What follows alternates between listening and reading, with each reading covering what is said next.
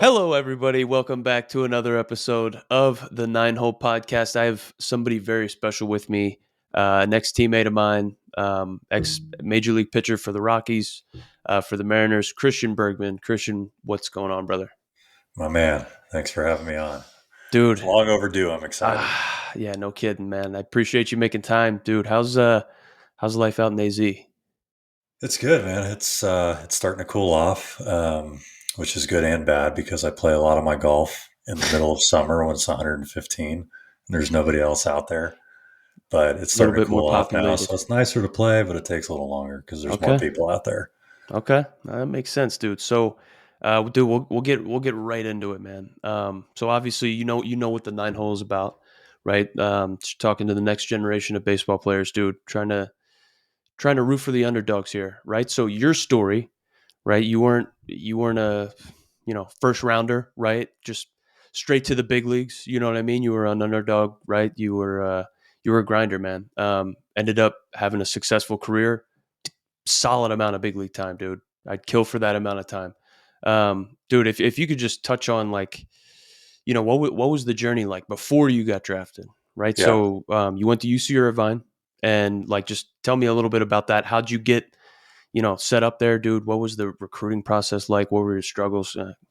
Yeah. So, going into high school, I'd say like sophomore year of high school. Well, I guess freshman year of high school, I played on the freshman team. Sophomore year of high school, I played on varsity. And this was in Southern California, Pasadena area, so pretty good baseball area. Legit. But it became pretty clear that I was one of the better players, if not the best player, even as a sophomore on the varsity team. But to be honest, dude, before that, I never even thought of college. It Really? never really occurred to me. It wasn't until the first letter I got was from UCLA, and that was midway through my sophomore year, I think, Is that Coach or maybe Savage? it was, yeah. Um, and I believe it was. They shuffle around so much, I kind of lose track, but I think it Yeah. was. Um, and so that's when I was really started to think, like, man, like I guess I could play in college too. So had continued to have good years in high school. So going into my junior year, and my dates, it's a while back, so my dates are probably off, but I kept getting recruited by colleges, and I would go to a showcase here and there. Um, but when it came down to it, on like the first day that you could get offered scholarships from colleges, the first day you could do that, my junior year, UC Irvine and UC San Diego, or US University of San Diego, made offers. That's sick. And so I was looking at the two, and just for context, like USD is a private school, UCI is public school. USD is way more expensive Okay. than Even in UCI. state. What's that? Even, I mean, they wouldn't like hook Yeah. you up. Okay. Well, I'm just saying, like tuition in general. Got you. Private Got you. school is Got going you. to be Yeah. more Yeah. than public. Um, USD offered me a full ride, 100% scholarship, everything paid for. UCI offered me 50%. So, just dollars to dollars, like the USD scholarship was, extremely valuable at San Diego. Yeah. I'd 100%. visited the two schools. I liked them both, but ultimately I liked Irvine better. Why? And, Like, what is that like, dude? So I never got to take, especially not at a legit school, like a legit visit. I saw Wagner, but I didn't, dude, what was that like? Like, you probably feel like the man walking through the campus, right? uh, not especially. Really? They have like a group that you go with, and Okay. they kind of show you around, and you do some cool stuff. But I wouldn't say they rolled out the red carpet for me Okay. necessarily Okay. at either school. For me, and I give credit to my parents because they totally left it up to me, Okay. regardless of the fact that San Diego was at the time $45,000 a year school. I don't know what it is now, but Oh, um, it was a oh, big difference financially. for As sure. far as like school and stuff, like they're both good schools. Yeah. And at the time, UCI was not an especially great baseball school. They hadn't done anything up to that point, really. So, um, but their coaches were good. And that's what it came down to two things for me. One, I like the coaches at UCI better. It was Dave Serrano Okay. um, and Sergio Brown and a number of other guys. I liked them better. And I went to private elementary school, private high school, small environments. And in the area I grew up in, like you kind of had to do that because the public schools weren't that great. Gotcha. And I wanted something different because USD was like a small private college. UCI was a big public college, and I Gotcha. wanted a different experience. So it was a pretty easy decision for me. I went to Irvine. Okay. Um, Okay. Signed as a two-way player. Never Wow. once I got there, yeah, I was a shortstop, um, and once I got to Irvine, it became very clear that I was not going to be a two-way player. I was definitely a pitcher. So I had an okay freshman year. Got into some games, and it's a big jump like into D1 baseball. So Oh, like kind of got my ass handed to me a little even bit that here and level, there. dude. Even Yeah, that level. Like that's a different D1 baseball than at yeah, least what I experienced, dude. Right? So in the Northeast, Division 1 baseball or the level of play in the Northeast compared to down south or West Coast, they always say like if you can play year round, you got the yeah, advantage. Right? yeah, So I can only imagine what that jumps like from top tier high school talent, but then to, top collegiate talent. Oof. yeah. It was a big jump, and I think I probably got into maybe 10 games.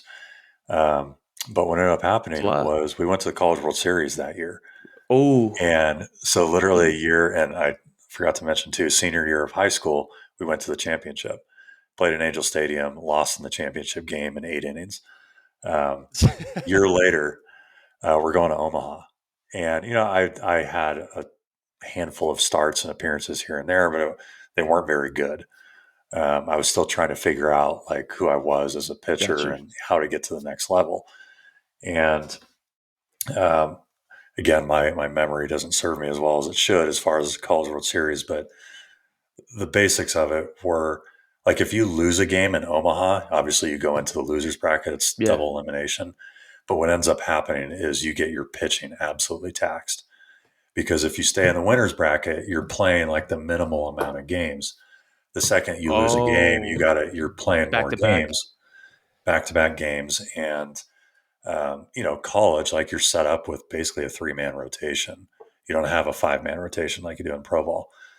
Compounded on top of that was we played. I think this was recently broken. I could be wrong, but we played the longest game in College World Series history against Arizona State. So that completely wiped out our pitching. So I hadn't pitched, That's I not hadn't it. made an appearance in the World Series yet, and I was like one of the only arms left. And so I find myself starting against Oregon State, who won the World Series the year before, That's absurd, dude. and it was a growth moment for me because I realized that I'd gotten kind of knocked around before that, but I was like, we're in the College World Series. Yeah. I'm on the team, and they're handing me the ball As a freshman. as a freshman. Like I'm just going to let it eat now. Obviously, they have confidence in me. I might as well have confidence in me. Go ahead. I love So that. started that game, and this was very actually similar to my major league debut, like jitters and stuff. I can't feel the ball in your hand.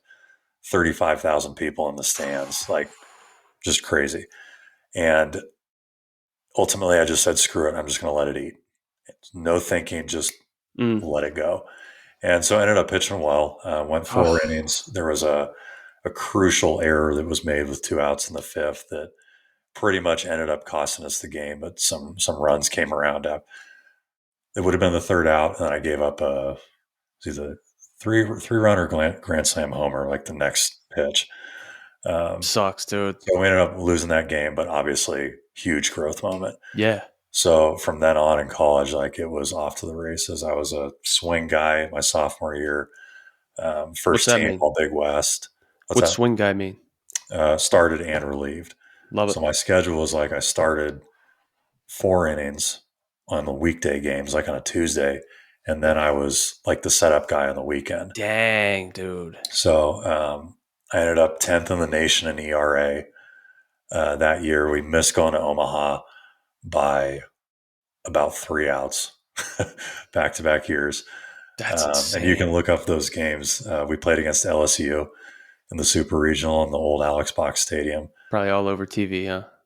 Oh, it that was the loudest game I ever pitched in, Really? like ever, including major leagues and stuff. That place was insane. Um, so junior and senior year was a starter the whole time, and was on all conference teams and stuff like that. We were in the playoffs every year, so had a pretty solid college career. So how hard were you throwing? Or did you have the same repertoire as you had like when you and I were playing? Right, we were teammates in, Uh, AAA for multiple years. But I mean, you were throwing solid then, similar, obviously. similar. I guess you could say peaked early.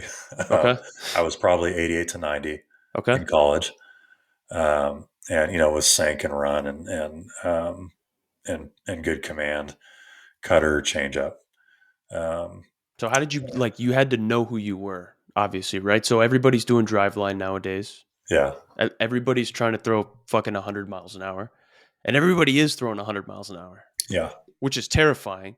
yeah. Dude, so like, I mean, how did you separate yourself? How did you stand out? Or was that even a focus? Were you just It like, wasn't a focus on. The just reason play is your game? because our coaches called our games, Okay. so you were a robot. Execute. You were an execute Just robot execute, which worked well for me because I was good at executing. for sure. You Um, could turn the brain off and just like let the athletic ability, you know, let your, yeah, let the inner robot take over. yeah, exactly. And Okay. but that didn't serve me well in pro ball, and we'll kind of get to that. But leading up to that, as I said, I was a starter my junior year. We were number one in the nation for like 8 weeks my Dang. junior year. So like I was getting a lot of exposure, obviously, to pro Yeah, scouts. for sure. I was starting to get questionnaires and stuff, from every team. So towards the tail end of my junior season, like it was being said that I would be drafted between the 5th and 15th round was kind of the range they gave me. And very long story short, I sat and watched the entire draft, and my name never got called. Um, Never got a reason why. I was like, 9-3 that year with a low 3 ERA. Number one, it's not like we weren't getting the exposure. I It's not get like I it. wasn't on a good team. We weren't playing good teams. Um, to this day, I don't know what happened, but didn't get drafted. Went off and played summer ball in Alaska again, and came back for my Yeah. senior Where were you senior at year. in Alaska? And what's that? Where'd you play at in Alaska? Anchorage. I was Okay. an Anchorage Buck. Okay. Um, It's a Matsu minor. nice. That's right. I Best. probably set some sort of records up there because I threw a lot up there. Did you? Yeah, That's fantastic.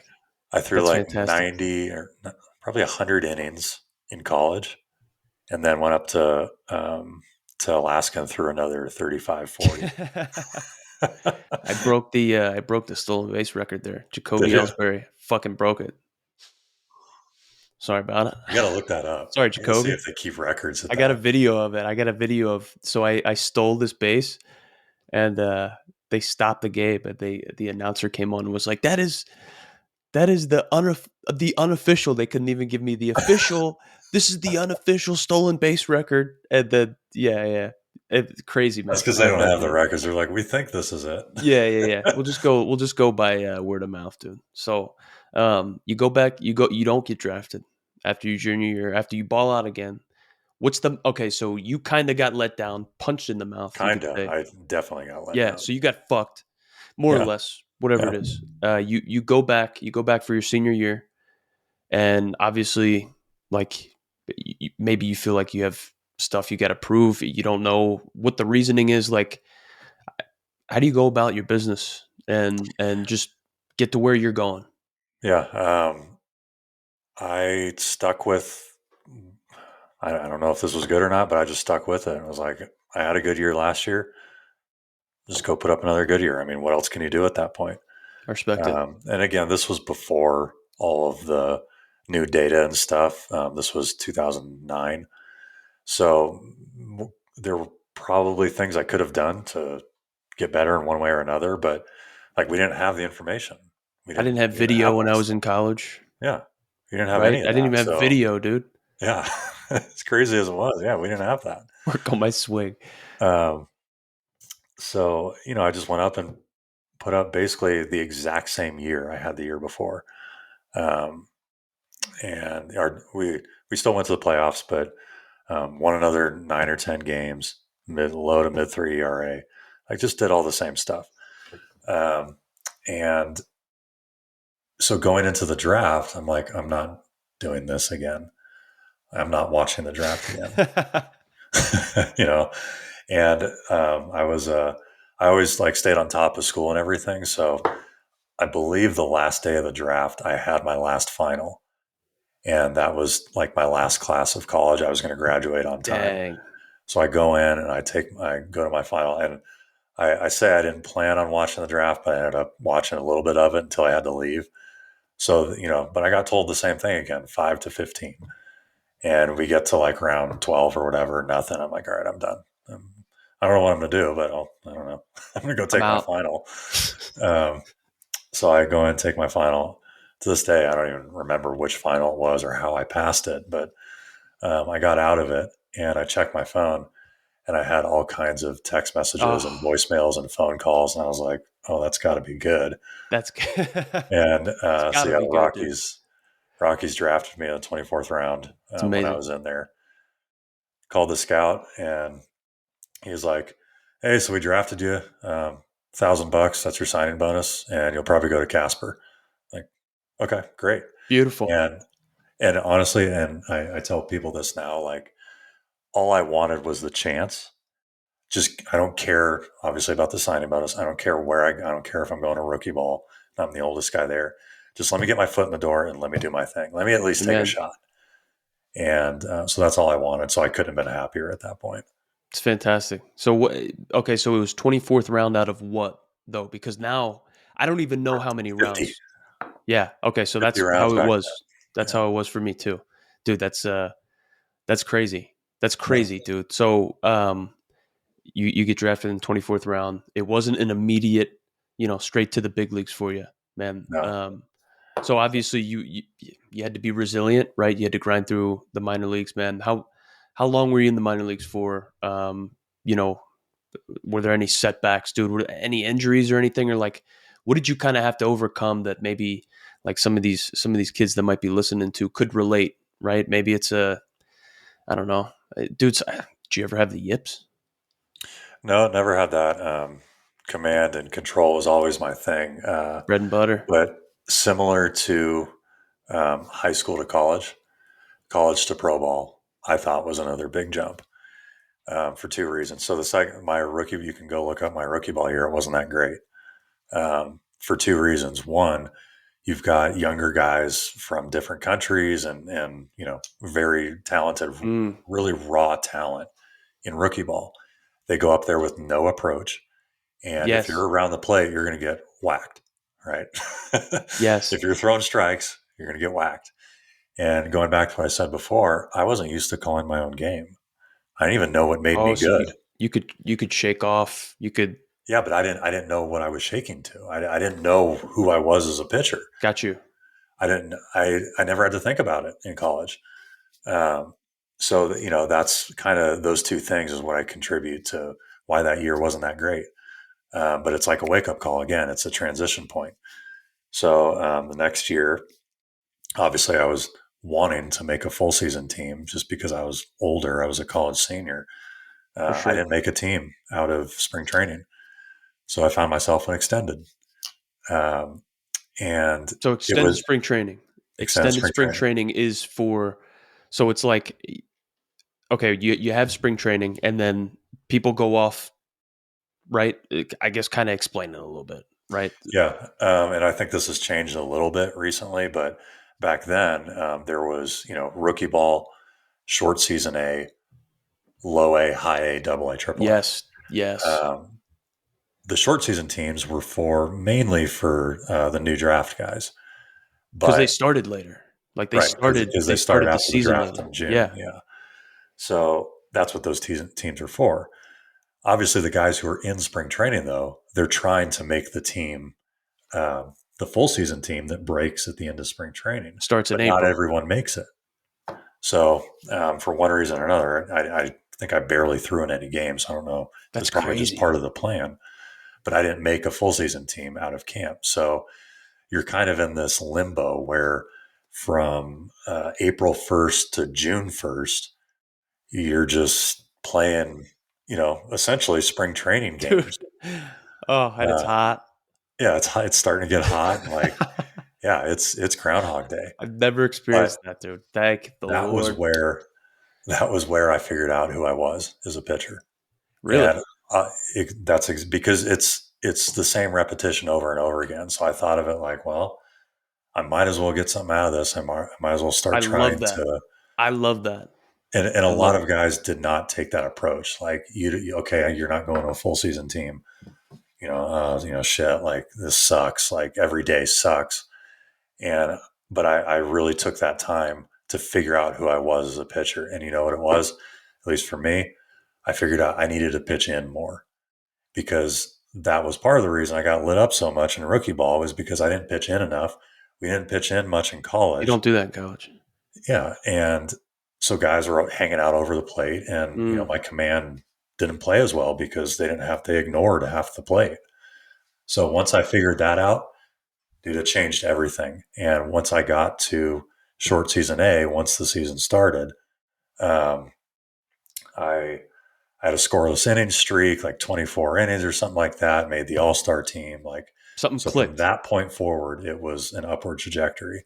So, dude, that is awesome. That is awesome. So I feel like, not to hijack the story, I feel like that's how the year that I made my major league debut, I was 27 years old and I did not get an invite to major league spring training. 27 years old, dude. I was a Yeah. fossil in that minor league spring training. It was Yeah. unbelievable. It was unbelievable. And like I showed up, it was the same shit every day. I'm amongst young guys, right? I should be in big league spring training, going over to back up and shit. But I used that time to like actually, hey, like I might as well use this as a positive. I'm going to Yeah. show up every day. I'm going to try out this new technology shit that they got, Yeah. putting blast motion sensors, little nipples on the end of my like handles, dude.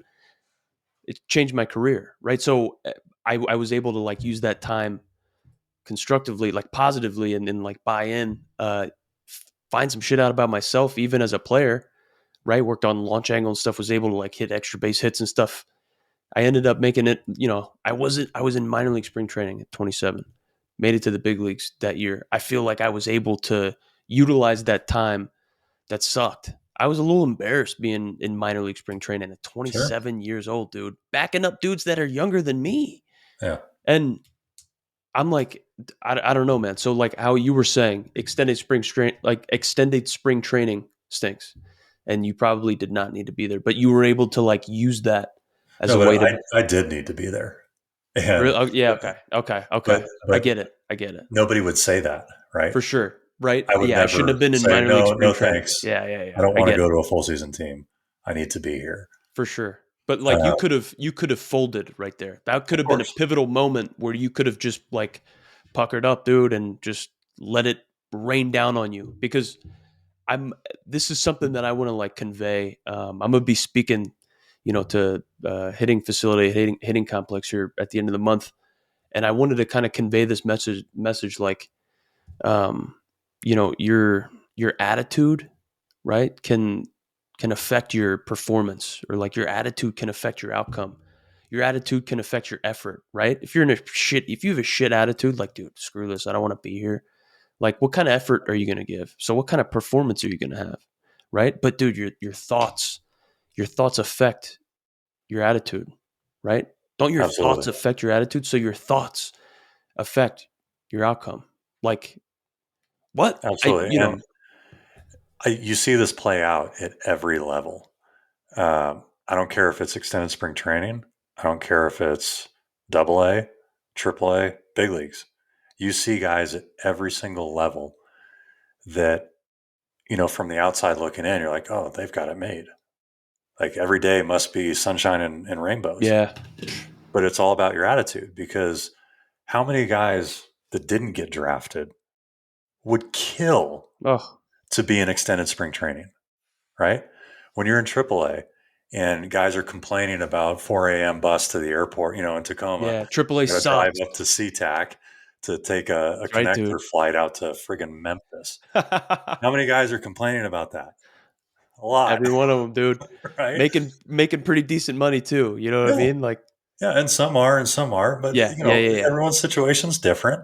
for But at the end sure. of the day, dude, you've got a shot. Like every single day that you're there is a chance I love that. to make something out of it. And this applies to baseball, this applies to life. Like every single day you wake up is a gift. And but yeah, especially in baseball, like we lose sight of, especially as you get older and more experienced, become more of a veteran. Like it can be very easy to be sitting in AAA, like, man, this is bullshit. Like, Yeah, yeah, yeah. You were I just up shouldn't in the be big here. leagues and you Yeah, I got was just called in the back to big your town. leagues, like, flying on the team plane, like this. I don't got to do this. Like, Yeah, how many stay in the guys take that? Ritz, Yeah. a How many little guys take that Ritz. approach though? And for all like the young guys, like there's always opportunities along the way where you can really make yourself stand out from the Mm, crowd just by having a positive attitude. I don't care if it's some if you're playing in a high school game on a random field in the middle of summer, like dude, every chance you get, um, every day you have is a chance to make something of it and make yourself better. So 100%, dude. I love um, that. yeah, I love that, man. So, okay, you were able to kind of change or revamp your approach, man. And you said it was kind of like just a straight, trajectory upwards. Um, like what was the call up like, dude? What was you're obviously balling out in Double A, Triple A at the time, so you might have an idea that like the call ups around the corner. Were you surprised? no, I had no idea, and well, like I said, the trajectory was up, but it's not a straight line. It looks like this. All right, Little it's squiggle, trending McSquiggle. up, but there's ups and downs in between. Um, I go to short season, like have a really good year there. Obviously, next season I'm trying to skip low A and go to high A. Yeah, Well, right before camp broke, I had one of the worst outings you could possibly have, and I scraped in there by the skin of my teeth as like the fifth starter in high A. And at that time, I was 24, I guess, but I and ended it up feels being. like you are pitching for that spot at that Oh, last I spring training absolutely game. was. So Like you are pitching for, you are playing for something in spring training, dude. I feel like I've every like outing, every time I would play a spring training game, towards the end, I'm like, oh, I better get 2 hits today. yeah, Better get it, 2 hits today. it was not a given that I was going to high A. That's for damn sure. Um, but I ended up scraping in there, and then I was like, okay, like I really got to prove it now. I And get it. I ended up being the pitcher of the year in Oh, the California League. in the Cow League, dude, Yeah, where balls still it's the have Cal not League Cy dropped. Young Award right there. That's amazing. Where balls still have not dropped to this Yeah. day. I did, dude. I never. I didn't even hit a home run in the Cow League. Stinks. What was uh, the approach there? Like, just keep the ball down and Honestly, I was just on such a roll that it it's was so hard to hot. stop. I That's so couldn't hot. lose games there, no matter what. I could Have give you up ever been 7 runs. on like a streak like that before, where you've had like seasons where it's like, dude, I'm untouchable. Not to that extent. That was one of the best seasons I ever had. I So was did you think 16 and about it? 5. Oh, what's the 16 and fave? So what's the mindset? Like, you if you think about it, you may psych yourself out. Like, Right. was there a set routine? Did you have to do something, or was it like a set preparation?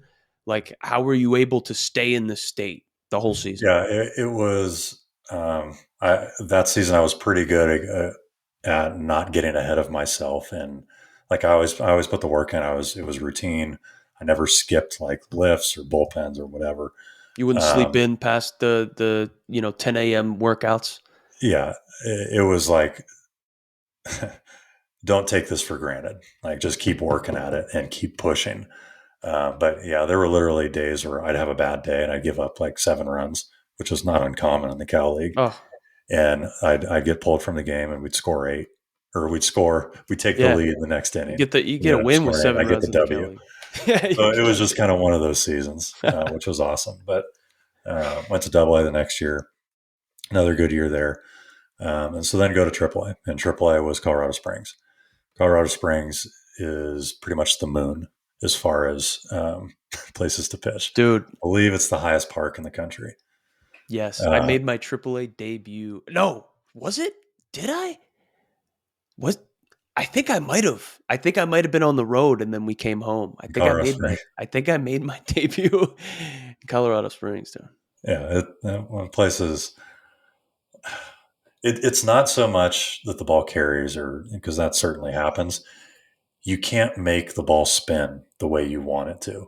Like it, especially on breaking balls, like the So it'll just stay up. slightest, yeah, the slightest, like, if you get behind it just a little too much, you get away with it at sea level. Like maybe it's not quite as sharp, Okay. but it still has the general shape. That shit's going straight. You do it in Colorado Springs. Dude, So I yikes. Yeah, started throwing like a 67-mile-an-hour curveball just to make sure that it actually broke like that. a 67-mile-an-hour curveball. Yeah. So anyway, getting to debut, I did not see it coming because I had in Colorado Springs. Again, it comes back to mindset. Like everyone goes into Colorado Springs thinking they're going to have a 7 ERA. And I Okay. said, screw that. Like, I'm not going to fall into that mindset. Well, I don't have to have a 7 ERA. Like, I'm Mm. just going to commit to this. And I ended up setting the record in Colorado Springs in that stadium for scoreless innings. And I think it was like 28 straight innings scoreless. Here's a fun fact though. Guess how many games I won? What? Zero. Are you serious? I also set the record for most innings without a single run or run support. Stinks. So anyway, I do that. The Rockies weren't very good that year. Okay. I'm waiting for the call up, and the phone never rings. Um, and then I had a game in Iowa. Actually, Ooh. uh, Love that place, dude. my God. mindset I was defeated. Quite frankly, I was a bit defeated. This was in September? This was no, this was still pretty early on. It was Okay. uh, May, early June, Okay. and this kind of dovetails into what I do now, but wasn't getting paid enough in Colorado Springs. I was still on my original contract. I was making like $1,600 a month, and Colorado Springs was not cheap. Six. So I found out that I was probably going to run out of money before the end of the year. Dude's one step away. Dude's one step away from the show. This guy is Yeah, just he can't yeah. even afford it. So had a not so great game in Iowa. I was like, man, maybe this just isn't going to happen. Um, my really good friend Tyler Matzik and we went fishing on an off day just to kind of get away, and I'll never forget. And Tyler's one of my favorite people. He's incredible story, and I think you should have him on here as well.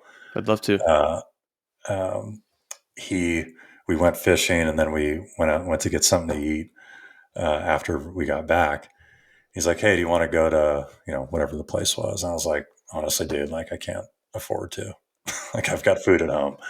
He's like, "Are you serious?" I was like, "Yeah, like we're not getting paid enough." He's like, "Don't worry, like I got you." So took me, wherever we went and got food. 2 days later, I get called uh, into the office. Glenn Allen Hill was our manager, and he's like, "Hey, we're gonna switch around the rotation." Christian Friedrich at the time was also in AAA. He's like, he's not feeling his lat's not feeling so great or whatever. Okay. So we're gonna switch around the rotation. I'm like, "Oh, okay, no problem." He's like, "The only problem is you're not gonna be pitching in Colorado Springs." I was like, "Okay, well, where am I gonna be pitching?" He's like, "Denver." I was like, I think the first words out of my mouth were like, "Oh shit." It's amazing. So It's it came out of amazing. nowhere.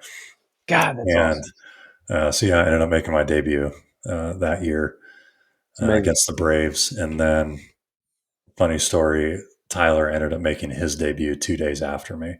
No shit. Yeah, so it was a very cool That's story. And awesome, bro.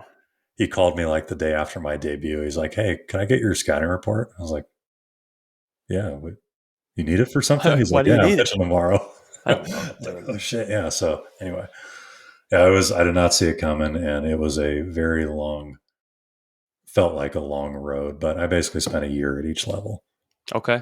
You eventually make it to the big leagues, dude. So what looking back on, your journey up until the big leagues, like what were the biggest challenges that you faced, right? Obviously, you kind of detailed a little bit your grind through high school, college, minor leagues, but like what was the common theme? What were I don't know, man, like what were the Yeah, biggest I know what things? you're. I know what you're. Yeah, I I don't even think know how to phrase it. it was overcoming my pedigree Okay. as a 24th round pick, and you probably understand this as well as anyone. You kind of get put in a box, right? This Especially guy, early. huh? Especially early, right? Yeah, Like yeah. This guy's an 88 to 90. You know, not a very high ceiling, like 24th round pick. Like, let's just see what he can do. So you have to prove yourself at every level. mm, And there's like that, you kind of have to blow through that glass ceiling.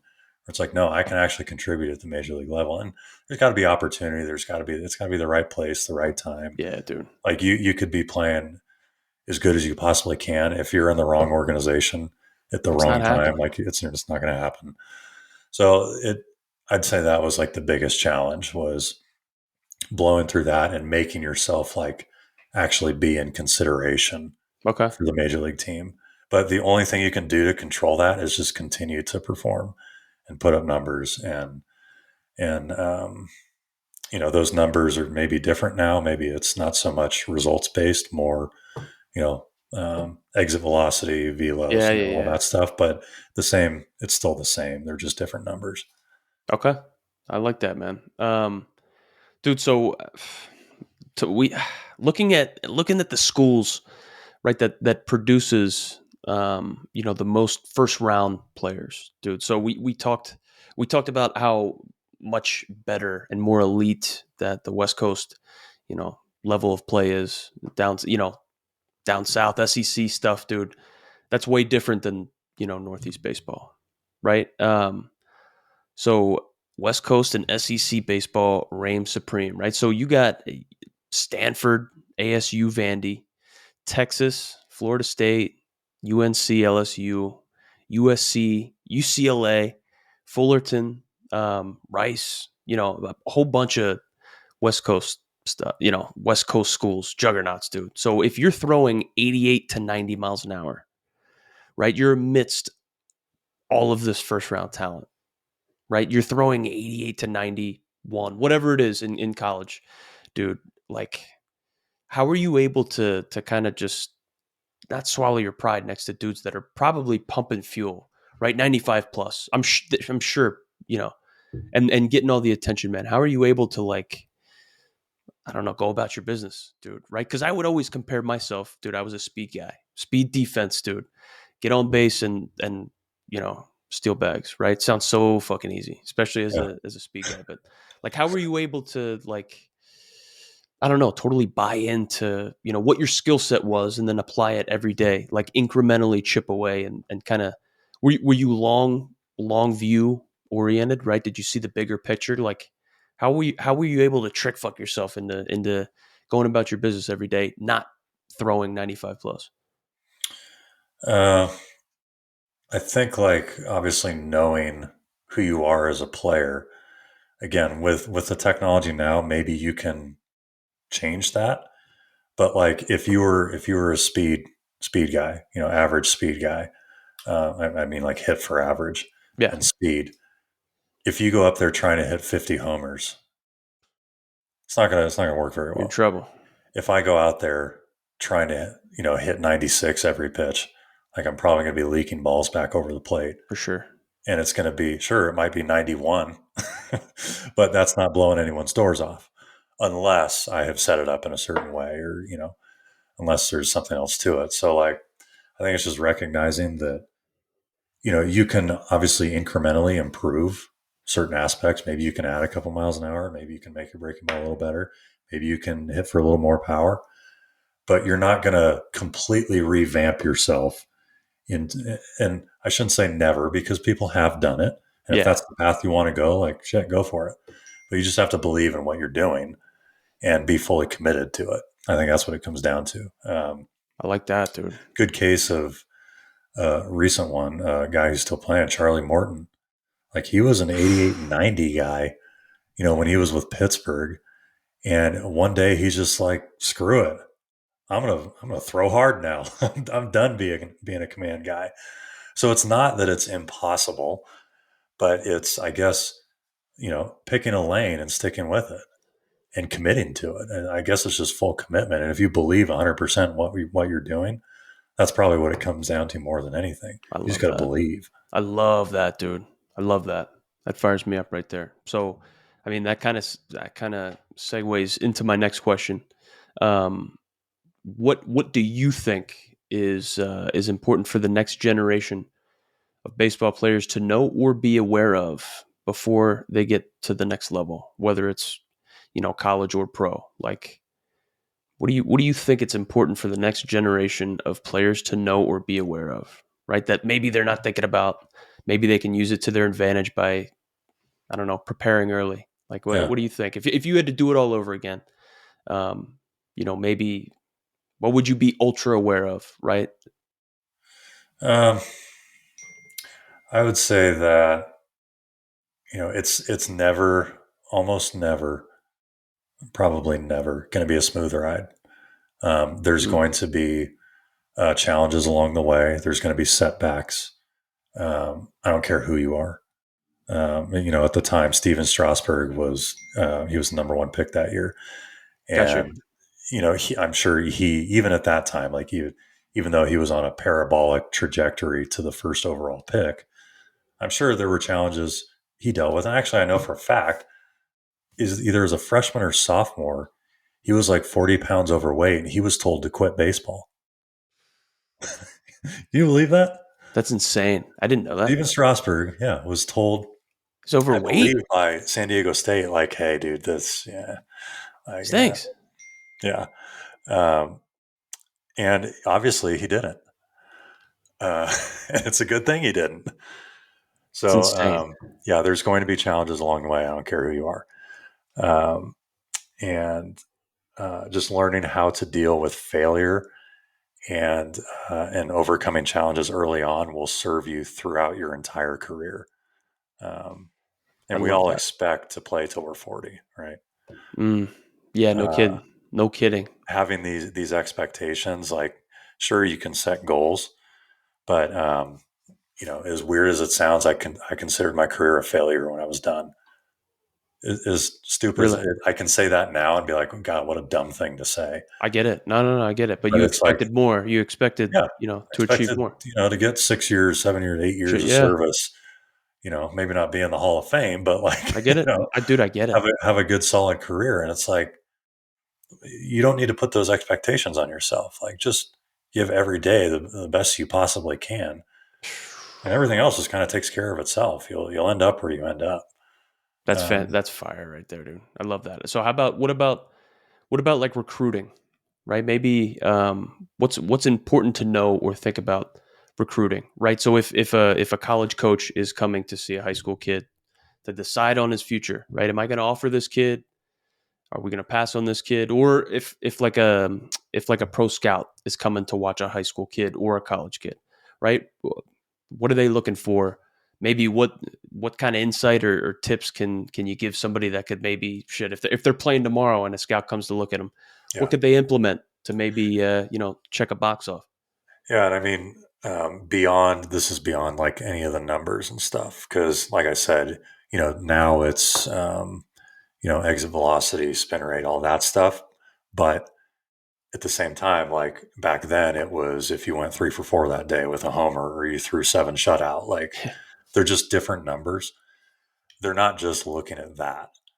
How you carry yourself on the field, how you deal with getting punched out on 3 pitches. Like, Yeah, that they're call. paying attention to that. How you deal with, having a 3 spot put up in the first. Like, if you're pouting and throwing shit in the dugout, it's not a good reflection of you as a No, player.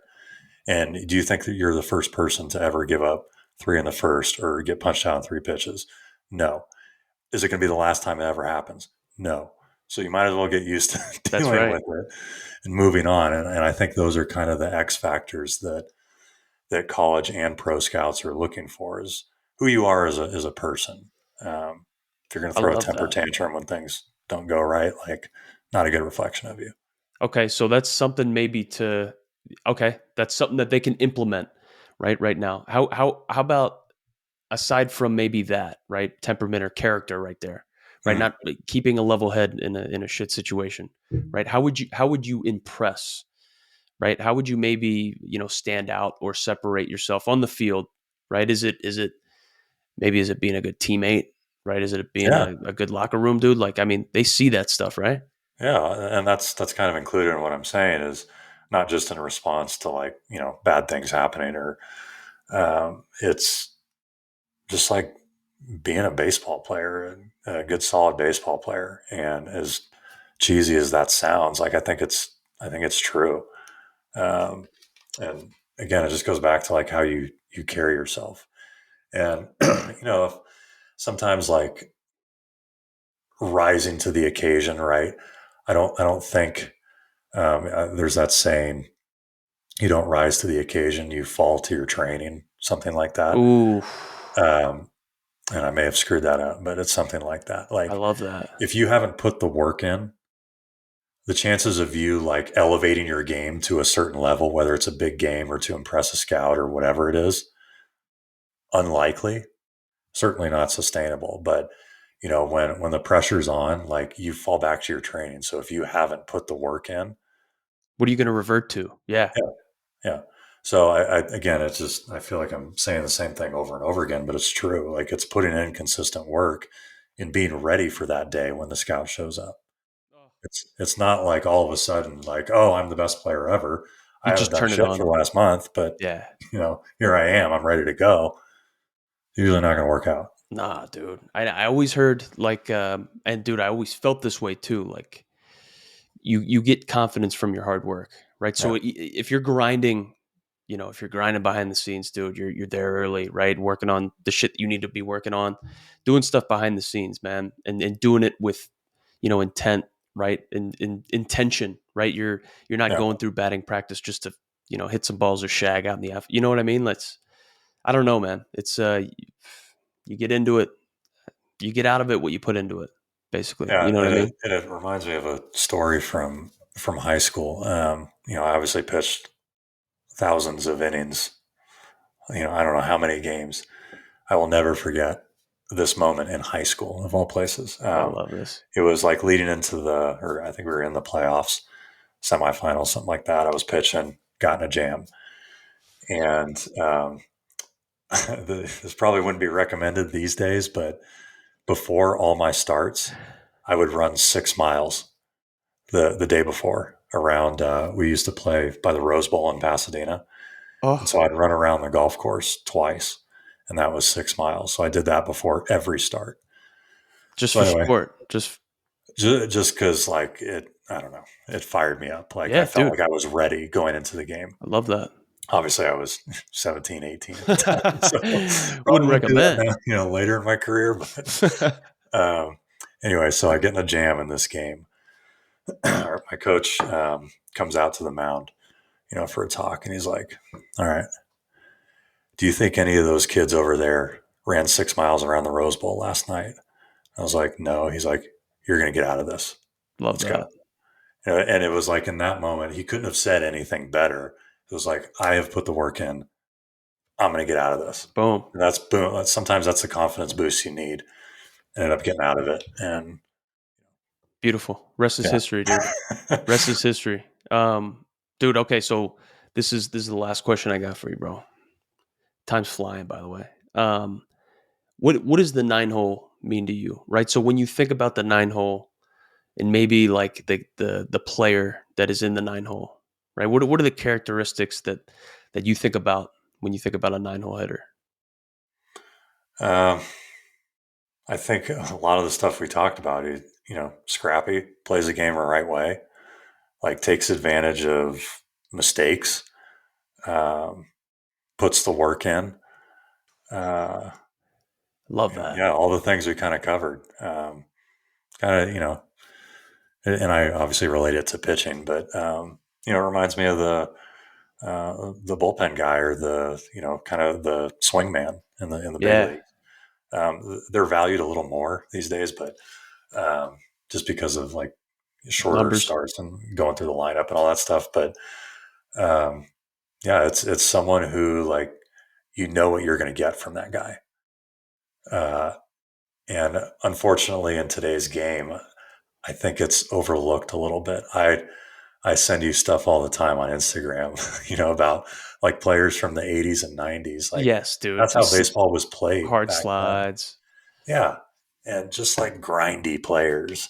Yeah. It's Uh, different. It's a little yeah. different, you know? But yeah, that's what I think of as, a true baseball player. Dive. I love that, dude. That's the best answer I got yet. I love that, dude. So, man, that's all I got. That's all I got, dude. Is anything else you wanna throw in there, dude? So, what are you doing now, man? What you got going on now? Obviously, you're wearing the Axton shirt, man. I know you dabble in real estate, dude. What's the word, man? What are you doing behind the scenes? Yeah. I could go on for another hour about what I do now, but I won't. So yeah, I was investing in real estate when I was playing. Obviously, after I got to the big leagues, I didn't have any money before that. But yeah, so I was just doing single family, long term rental, that sort of stuff. So once I got out of baseball, wanted to make that kind of my full time gig, and so moved into multifamily. So I started my own private equity multifamily investing company. So we buy apartment buildings, run them, renovate them, raise money from investors. So that's kind of my main job now. We also have a fund that we originate loans, private loans to investors to help with their projects. As you said, I also do some coffee roasting. It's kind of a little side project. Uh, and and probably one of my favorite things is I have a group that you're a member of that I call the Clubhouse, and it's um, mostly former players, but also some current players that are interested in the stuff Sick. that we're doing and how to not just be a baseball player. Because what you find out when you retire is if you've only identified yourself as a baseball player your entire life, which I think all of us are guilty of Everybody doing, does. Yes. when the game's either taken away from you or you decide it's time, who are you at that point? Mm. So it's trying to help guys along the way realize that there's more to life than baseball, and it's not to take away from your career, just to diversify your interests and give you financial education and stuff like that. Is because I've seen all kinds of horror stories in that Yeah, realm. Um, so I was just trying to help guys along the way, and once they're done, like how to transition, and it's just a way for guys to get together and talk after you're done playing. for sure, dude. So I love that. I yeah, love that's that, kind man. of what I do now. That's a fantastic answer, man. I appreciate your time, Bergie, dude. Thank you for being here, man. Thank you for tuning in, and yeah, man, we'll have to have you back again. Absolutely, man. Thanks for having me on. Oh, for sure, dude.